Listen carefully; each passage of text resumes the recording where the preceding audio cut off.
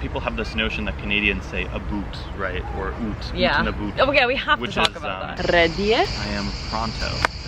That's a good start. I'm keeping that in. Hi. It's Elisa, not Alyssa. And I'm Raphael. And you are? I am a language teacher. I teach a couple of different languages. I have a small YouTube channel. I do recordings in dead languages. If you're a nerd and into that kind of thing, check it out, please. Please, thank you.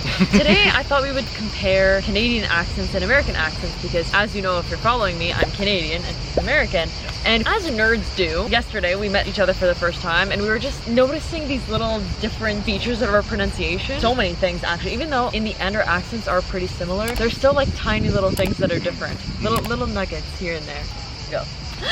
Go. My background is in linguistics. I did take some courses on dialectology and English. So in theory, I've studied this stuff, although I'm by no means an expert in American dialectology. So forgive me if I mix up any terminology or if I'm confused about any things. But yeah, there's a lot of interesting stuff that goes on between, like in different dialects in different regions of North America. And it's sort of a fluid thing, right? Like often people talk about American English versus Canadian English, but you know, linguistically, that's not really how it works. There are some things that are, of course, very standardized. English just sort of exists on both sides of the border in this continuum. Me being from the northeast of the United States, for instance, but you being from Canada, there might be actually some similarities in how we talk. I mean, okay, before we met, actually, did you know that I was Canadian? Yes, someone had told me that you were Canadian. Okay. So it's not a good... No, because I wanted to know if it was immediately noticeable. Well, it wouldn't have been until you said pasta. So that's like the very first thing. Example number one. I say pasta, you say? I say pasta. Pasta, and so, like a paw on a cat. Well, so in Italian it's right? Pasta. So my version is technically more accurate. And, well, no, it's not, because English has, you know, English does not have right? We don't have ba. So we have which is more back, so it's more of a back vowel. And then we have like cat, which is more of a front vowel. And so you basically have two options if you're trying to approximate that sound. Yeah. You can do what many Canadians have done, which is say pa. Of course, I mean, pasta is just a much better... If you heard an Italian say, you know, casa, and you had to approximate that in English sounds, would you go for, would you say casa? Yeah. Really? And to me, that's closer than aw. Casa. Aw is more close to the O in my opinion. Like here's a question. Do you have the cot merger? You maybe don't know what that is. Like so, okay. C-O-T-C-A-U-G-H-T? Okay, so you do know what that is. Yeah, maybe. cot. It's cot to me. It's the same for you? Yeah. Ah, so we both have that merger. Interesting. Yeah. So I was going to say maybe... Oh, the way you said interesting. Interesting. You say interesting. I say interesting. I don't put that other E. Interesting. Interesting. Do you ever say interesting? Not really. We like can't talk without finding I know, without finding new things. Well, once you're super conscious of it, you just hyper-analyze everything. So the cot merger is interesting because my parents don't have it. So that's actually, in many regions of the US, it's a generational thing. My parents would say cot and caught, whereas I would say... like ah. Very slightly different. Whereas I have caught. I can imagine that for Americans that don't have the merger, actually the like caught, pasta, that's actually closer than my pasta. And that's also arguably closer than the is. No. Yes, pasta. An is closer than pasta. Doesn't it sound closer to the O to you? Sorry? Like pasta, doesn't it sound closer to the Well, we have an Italian over here, you can like tell us. Dopo? Yes. Dopo? Okay, Davide is still here. Which sounds more like pasta? Pasta or pasta? I don't know. Both sounds really wrong. Right. Another thing I noticed is the way you say exactly. You pronounce the T. Exactly. He says often. Yeah, well, you say but often or often? I say both. I think I also say both. Yeah. Because... So because this is interesting. From what I've read and been told by other linguists, often is an example of what's called a spelling pronunciation, where basically spelling is not language, right? Spelling is just a technology that we use to describe language. So in the actual language, the T disappeared at some point and it became often. But then, because we're using the spelling, and the spelling is basically representing an earlier form of the language than what we're currently speaking, because we don't change the spelling even as speech changes, some people see the spelling and their speech gets influenced by it. And this is particularly common in English, where the spelling and the pronunciation are often so distant from one another, because so much of our spelling reflects pronunciations from 700 years ago, right? I have a question. Yeah? Why does that happen with often, but not with listen? Why does nobody say listen? Yeah. I do. Thank you for your contribution. You're not allowed. I honestly couldn't tell you the difference for why nobody would say listen. Because it's pretty close to often.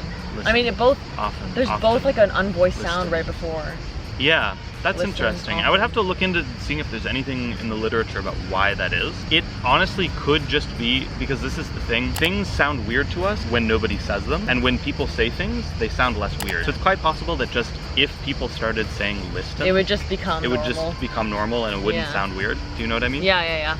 But there could also be some other very subtle phonological rule that's happening there that I'm not aware of. The other thing that we were talking about yesterday, because the thing is, like, we can't help but nerd, right? The fact that lots of people comment on my voice in general. Like, they say, for whatever reason, they like my voice. And something that I've heard pretty often is, one, they say that my accent is the easiest accent in English in their opinion. Like, they find it the easiest to understand, and they find that it sounds more melodic. So, like, actually, I lived in Australia for a year. Like, they would hear right away that I was Canadian. I don't know how. And I would say, why? Like, how did you know I wasn't American? And they'd say, oh, your voice is more melodic. So I found that super interesting because I didn't know if that was something that was attributable to my personality or to the fact that I'm Canadian. But it's true, like, when I hear you speak. But again, our personalities are different. So really? It does. We're not the same person. When you speak.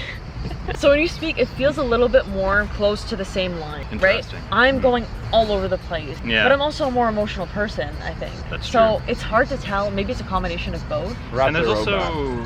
He's what, a robot? There very well could be some really interesting literature on prosodic differences in American and Canadian English. I'm not familiar with that, so it'd be a cool thing to look into. What's another thing that we say differently? So there's the classic thing where people have this notion that Canadians say aboot, right? Or oot. Yeah. Oot and aboot. Oh, yeah, we have to talk about that. I mean, you just have to... We have to explain what the deal with that is. Yeah. Right? Okay, here's the thing. It's not about. Okay, it's about. It's about. It's like out. Out.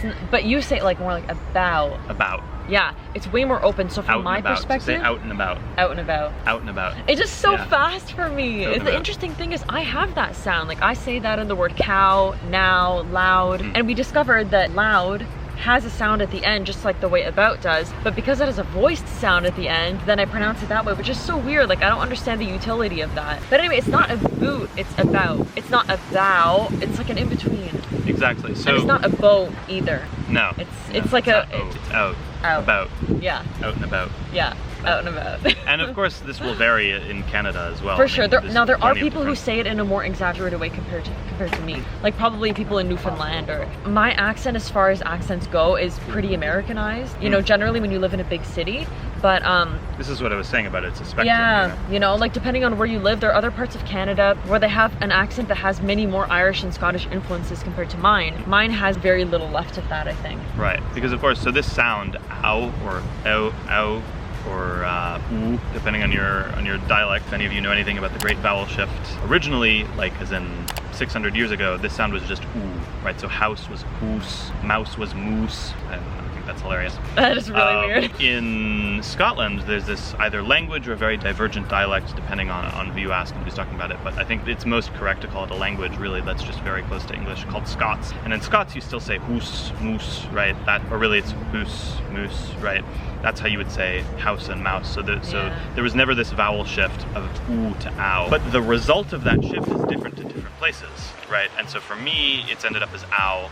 In some accents, it's o. So there are some dialects in England, especially, where you might hear house. And for you, it's house. It's house. Yeah, exactly. Yeah. And how do you say it? House, mouse. House. Yeah, house. The other thing that's going on here is, as you briefly mentioned, in North American dialects of English especially, there's often a difference in a vowel sound that's followed by a voiced sound, like ba, da, ga, or just, that's the end of the word, versus a word, if the word ends in a voiceless sound, like s, t, etc.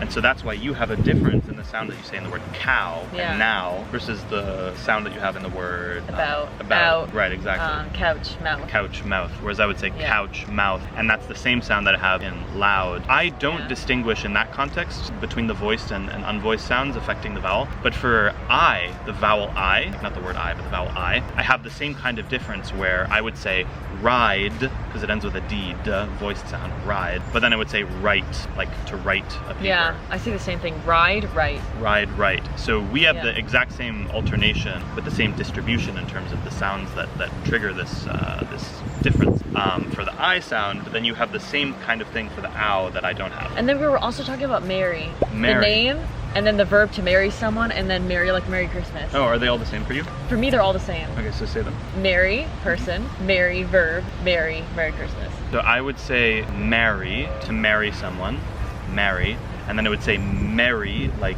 happy, Merry Christmas. Yeah. Marry. So you marry. don't say it the exact same way I do. No, do you? no, I don't. So I Marry. have two. Basically these three things were originally three different things in all varieties of English, and they merged in different ways depending on the dialect. And this actually, I'm pretty sure, is maybe even a feature of where I'm from in the Northeast. Yeah. But yeah, I have two different sounds. So marry, the name, and marry, the verb, are the same.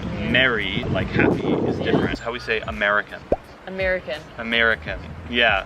Yeah. So, I mean, people are often Italian who are watching this, right? Yeah. Yeah. So it's actually, this is an interesting thing that's sort of similar to the difference between the E chiusa in Italian and the E aperta in Italian. I have more of an E aperta in American. Whereas you have more of an E chiusa. American. That's so subtle. That's never something I would have noticed otherwise. Yeah, I just noticed it yesterday when I heard you talking. I was like, that's not how I would say that. I mean, other than that, we talk really similarly. It's a very similar dialect. Well, there is one sound you say in the word because. Shock because I literally knew. You're such a troll. But the idea without commercializing market, So, thank you for coming onto my channel. Of course. Plug your channel. It's called Paleo Gloss. Bye.